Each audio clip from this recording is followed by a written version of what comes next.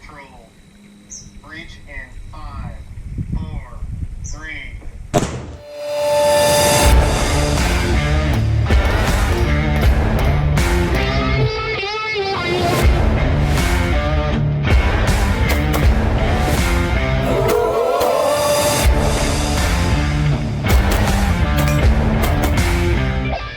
What's up, guys? I'm Uncle Freedom, coming to you on another glorious and well-deserved day off. And today, we're going to have some fun. We're going to look at some uncomfortable truths around the Minutemen mindset, the Minutemen philosophy, or the Minutemen idea.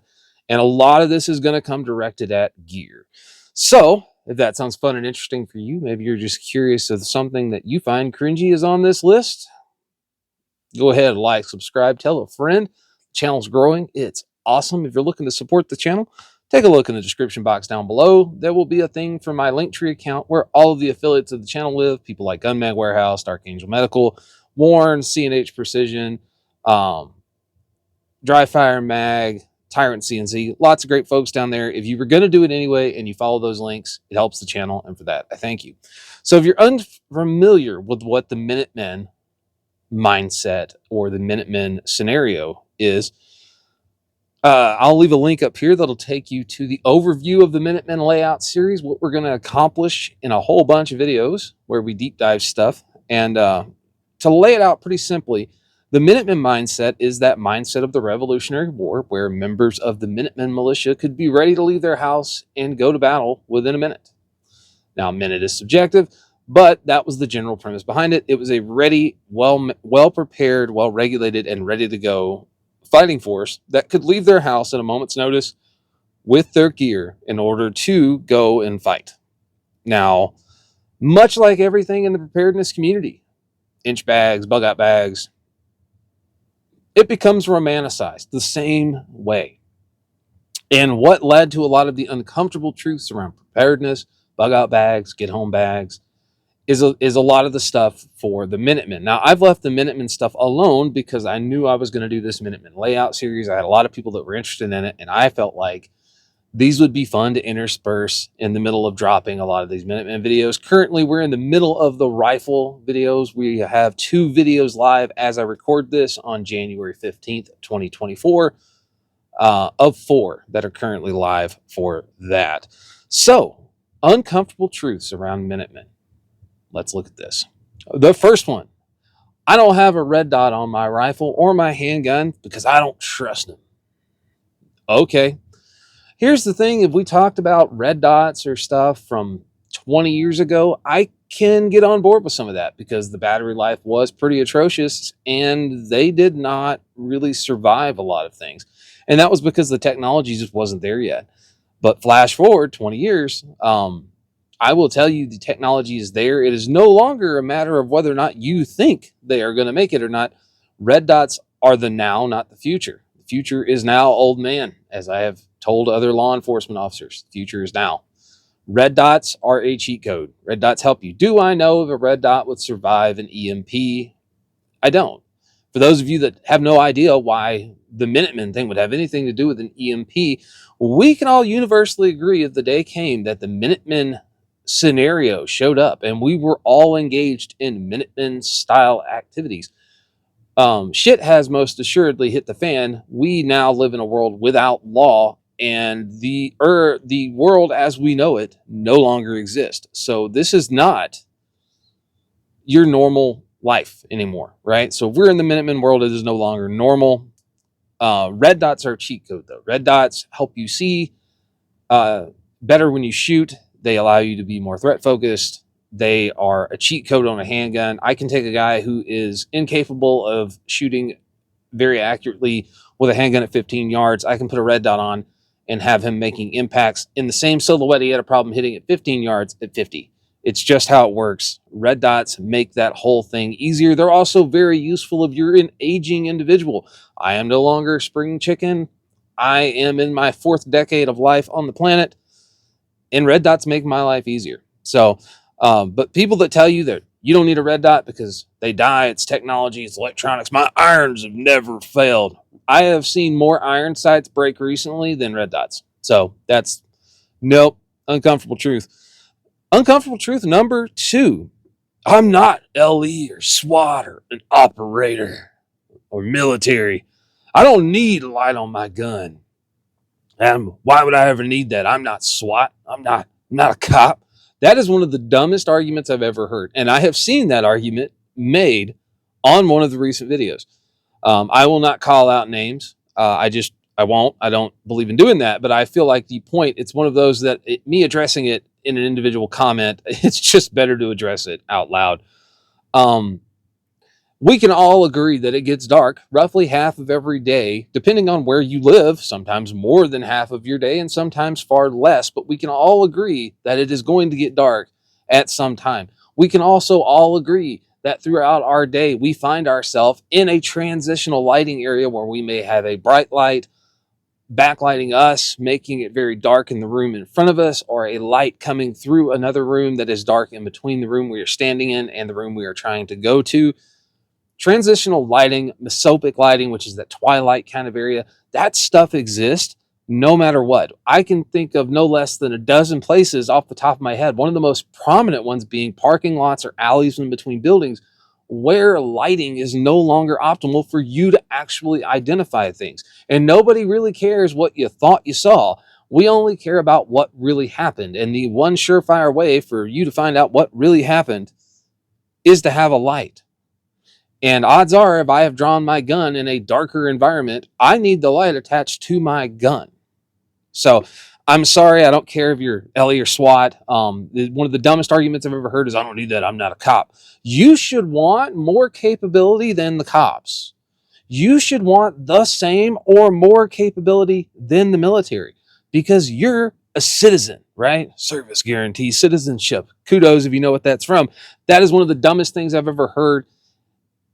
Lights are important because it gets dark every day. You don't have a superpower. You cannot see things in color in dark. It doesn't happen. So lights are important. Number 3, and I heard this one just the other day, not on YouTube, but in a conversation with another individual, and that was, anything more than 500 lumens is just gonna blind you. No. So that statement tells me that you have little to no, absolutely no low light experience. You've never taken a class and you've never used a light. It also tells me that you are woefully unprepared. I have heard the argument from people in regards to this, that I won't have a light.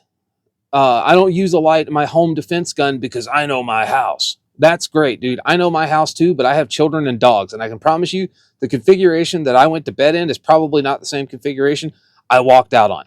It's just how it is.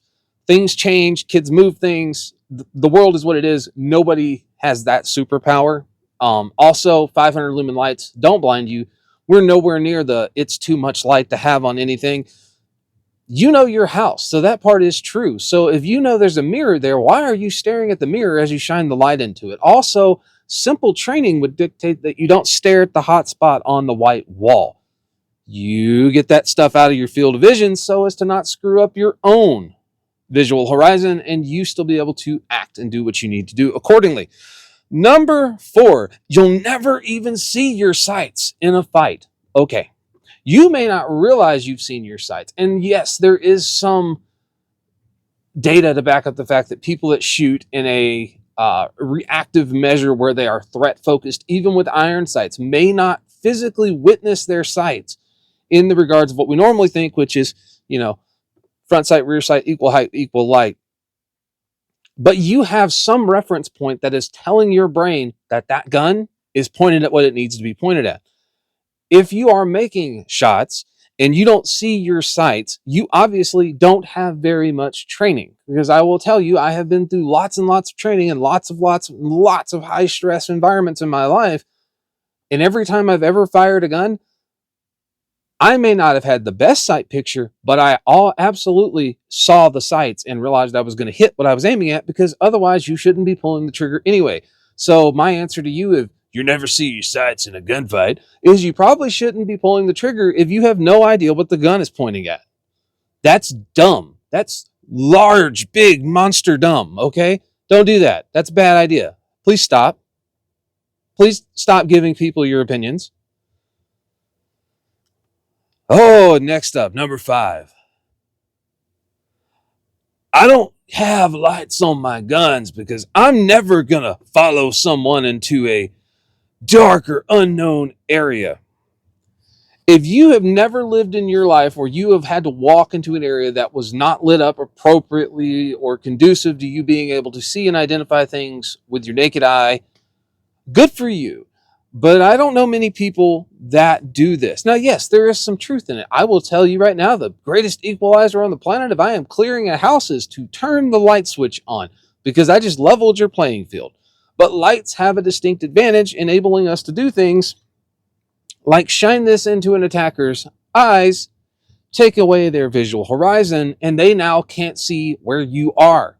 That's awesome, right? This is a tool in the toolbox. As I talk about with ball ammunition and most things, why would you ever not want a capability that can give you a better chance at succeeding? That is just stupid. Like, that, why would you ever not use something that's going to give you a better chance of success because well, I'll never do that anyway? That's crap. I'll tell you right now, you haven't lived long enough or been many places if you haven't ended up in a situation that was not really your intention. Next up, it's fine. I've got that build-up coat on my AR-500 armor. It's okay because I got that build-up coat. That is crap.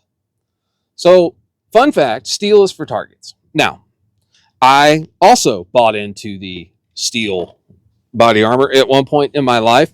I will tell you, though, that most of the time, I won't say all of the time, but the vast overwhelming majority of time that I have seen steel armor with a build-up coat shot, it separates that build-up coat and still frags people. Another one I hear is spalling. That is not what spalling is. Technically, spalling is when the projectile would hit the steel, it would cause steel from the back of the plate to fire off into whatever was behind the plate. That is what spalling is. What you are seeing is fragmentation. So you're basically, when you shoot a steel plate, your bullet goes and it goes out in all directions. There is not a planet you're ever going to convince me on that says that the still a chance, no matter how good your buildup coating is, there's still a chance of that stuff fragging you in the bottom of the throat. Sorry if I hit the microphone.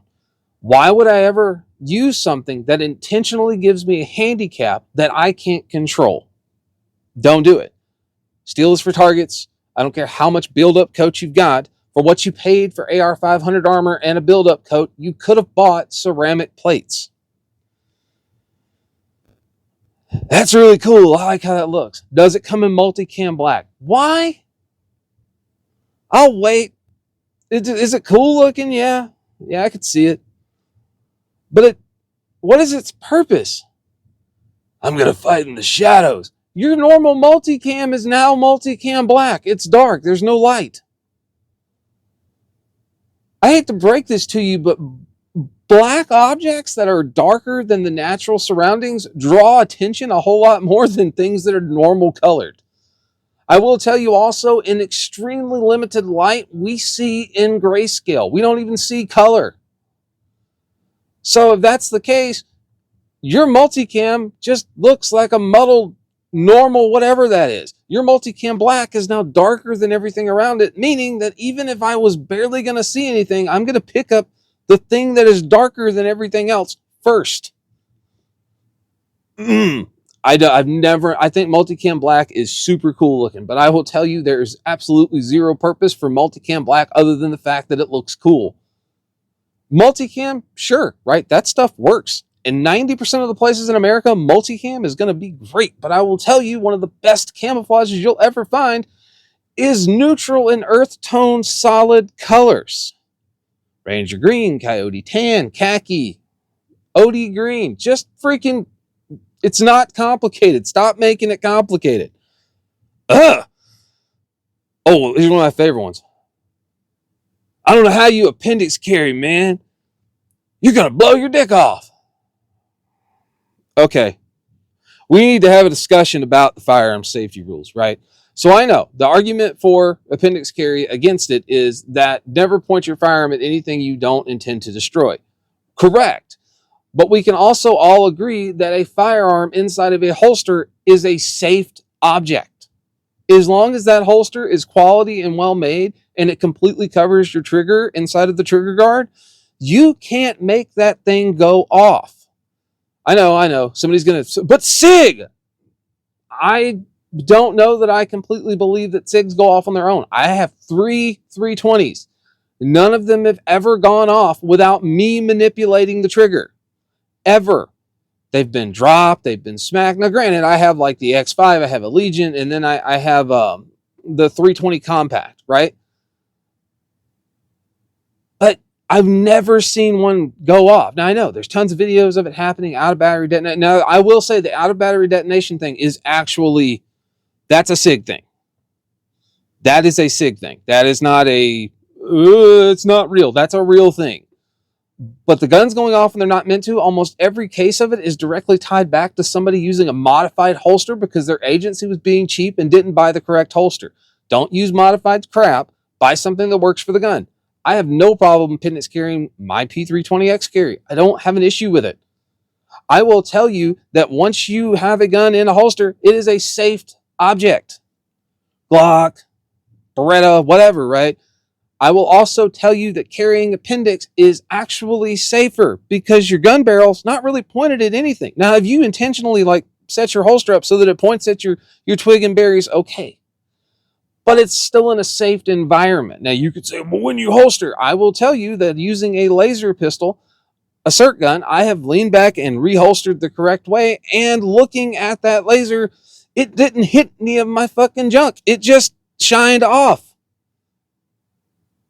It's not, in some cases, most of the time, Appendix carry is far more safe. It's easier for me to verify that I don't have an obstruction in the holster. It's easier for me to make sure the garments are not inside of the holster. It's easier for me to get to it and get it put back away again. It's also easier for me to defend against somebody trying to grab it. Or if I am in a fight, it is easier for me to access it and end the fight if I am hands-on with somebody. Appendix is superior. If you're scared of it doing it another way, I'm sorry. I'm here to educate you, try to help you. Holsters. Holsters are holsters, man. Why would I ever spend more than like $30 on a holster? I can buy this holster over here for $39.99. Nothing makes a holster worth $110. That is crap. You are not a smart man. And maybe it's because you're ignorant. Now, I should put it this way. Ignorance is a lack of knowledge in a certain area. You not knowing any better. That is what ignorance is. I will tell you, if your response to a holster is, why would I ever spend that much money on a holster when this holster over here exists for $20? You are either incredibly ignorant as to why a quality holster is important, or you are in severe denial, or you need to get out of the gene pool. Do not breed. Please don't. It's a bad idea. I'll tell you why. So a good high quality holster is going to be molded in such a manner that it provides adequate and good retention on your firearm and ordering it to be stable inside of your pants where it can't move. It's also going to have sufficient retention that it doesn't just fall out whenever it wants to. It's going to actually safe the firearm to protect against things like anything getting inside of the trigger guard and manipulating the trigger. It's going to keep you from doing things like dropping the mag inadvertently or banging up things you don't need to. There is a definitive difference between a $30 holster you buy on Amazon and buying a solid quality holster from somebody like Caratum or Tier 1 Concealed or even Filster, who I have recently become in love with. Spend your money on a good holster. It is a party to what you're doing. I will also tell you another big thing when we talk about holsters is the best comparison I have heard is carrying a holster inside of your waistband is akin to wearing a prosthetic all day. It is a part that is not normally attached to the body that we are attaching to us in a fashion, and it takes some work to do it right.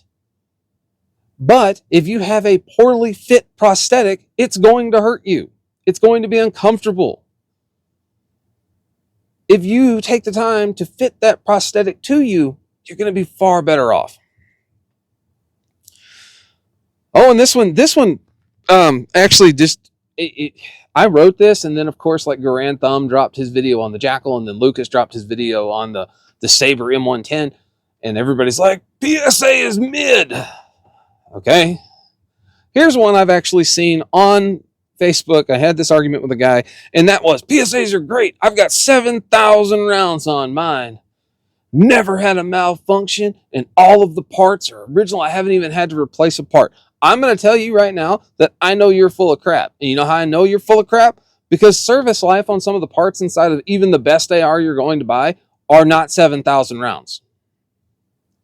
Your gas rings should have already been replaced. Your buffer tube spring probably should, your buffer spring probably should have been replaced. Your buffer, maybe it should have been replaced at this point.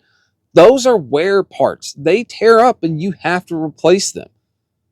I mean, yeah, I've got bolt carrier groups that have gone 25, 30, 40,000 rounds, but I have bolt carrier groups that I had to replace 11,000 rounds. If you're 7,000 rounds in and you tell me that you haven't replaced a single component on your rifle and it is still 100% reliable, you are full of crap. Because unless your stuff is made out of adamantium and cut from Wolverine's bones, your crap is not still alive in 100% condition. People are like, it's just broken in. It fell off. Part of it fell off. That's not broken in. Oh, here's one of my favorite ones. There's like 5 forges, bro. There's only 5 forges. If you have made this statement to somebody and you were doing it seriously, please stop. If you made this statement to somebody as a joke, good for you for knowing. Lowers are not lowers. One of the things we pay for in a lower receiver is understanding that quality control checkpoints were done to ensure that everything that was done to that lower receiver, from the holes being drilled right to the way it was machined, are in spec. Now, I will say, if you have an Aero Precision and all of it is 100% in spec, there's not a lot of difference between that lower receiver and like a Geisley, okay? There's just not. Until we start getting into crazier stuff like ambi controls and things of that nature, a lower is a lower. The biggest difference is you're going to have to go through far more lowers to get one that's perfect from a company that sells them for $29 than you are buying a solid quality one from Sons of Liberty or Centurion Arms or Geisley. This is the basis to hold all your stuff together. It would probably behoove you to make sure that the one you bought is in spec. And the one way to guarantee that without a bunch of trial and error is to buy it from a company who's got the QC points to ensure that their crap is in spec. Food for thought. I run steel armor because I can take like 20 hits on steel and it's still good. You get shot 3 times, your ceramic, it's useless. Okay. If you just intentionally held steel and got shot 20 times by the person you are engaged in combat with, and you haven't moved, I don't even have words for this. You might be the dumbest human being on the planet. I will also tell you that if you get shot in steel, that's a vibe check, bro, because that pressure is going to hurt. But here's the deal. Yeah, ceramic is, you get shot 2 or 3 times. Yeah, your ceramic is compromised. If you held still and got shot 2 or 3 times on purpose because it'll take it, you're an idiot. If you held still and got shot 20 times in your steel plate and you are not completely missing this part of your neck from getting fragged all the time, I don't know what to tell you, but you probably shouldn't breed. Like, no, just bad. Don't do that. Oh, one of my favorite ones, and this one is more tongue-in-cheek, and that is, I will never carry a handgun concealed carry without a safety on it. Why? The responses are always the same. I don't feel comfortable with it. I don't feel this. Here's the thing, though. All of those responses are not it's a gun problem. They are all, I am uncomfortable with the situation and I don't have the training to mitigate my level of uncomfortable problem. If you are uncomfortable carrying a handgun without a safety, I will tell you with no unlimited degree of certainty here, the reason you're uncomfortable with it is because you don't have enough time on the platform to understand that it can't just go off. Safeties have a purpose, but safeties can and do often turn into a crutch for poor firearms manipulation skill. If you have to have a safety on your handgun because you are bad enough at manipulations that you pull the trigger when you don't want to, that is a training problem. Doesn't matter what firearm I hand you, eventually you're going to find a way to shoot yourself with it. Whereas, if we practice the universal rules of firearm safety and we don't put our finger on the trigger and we don't point it at things we don't want to destroy, we won't have any problems. Safeties are oftentimes viewed as a crutch for poor weapon manipulation skill. That's just what they are. Now, here's the thing. Firearm safeties on an AR. Absolutely. You know why? Because the AR's trigger is exposed all of the time. However, handgun, it's in a holster where the trigger guard is completely covered, or I'm handling it, and whether or not anything's in the trigger is up to me. How that trigger gets manipulated is up to me. I do not need to rely on a mechanical device that stops me from doing it because I have good weapon handling and weapon manipulation skills. You should be striving for good skills and not depending on a little piece of metal that will inevitably cause you problems because under stress, you will not remember to hit the damn thing. I don't subscribe to the whole, you lose all fine motor dexterity, but that's in another video. But that is what it is. So guys, this was episode 1 of some uncomfortable truths around the Minutemen lifestyle, thought, process, and scenario. Hopefully you enjoyed it, gave you something cool to laugh at. Maybe you know somebody with one of these. What's your favorite one? Leave it down in the comments down below. So guys, take care of yourself, take care of each other. Till next time, I'll see you later.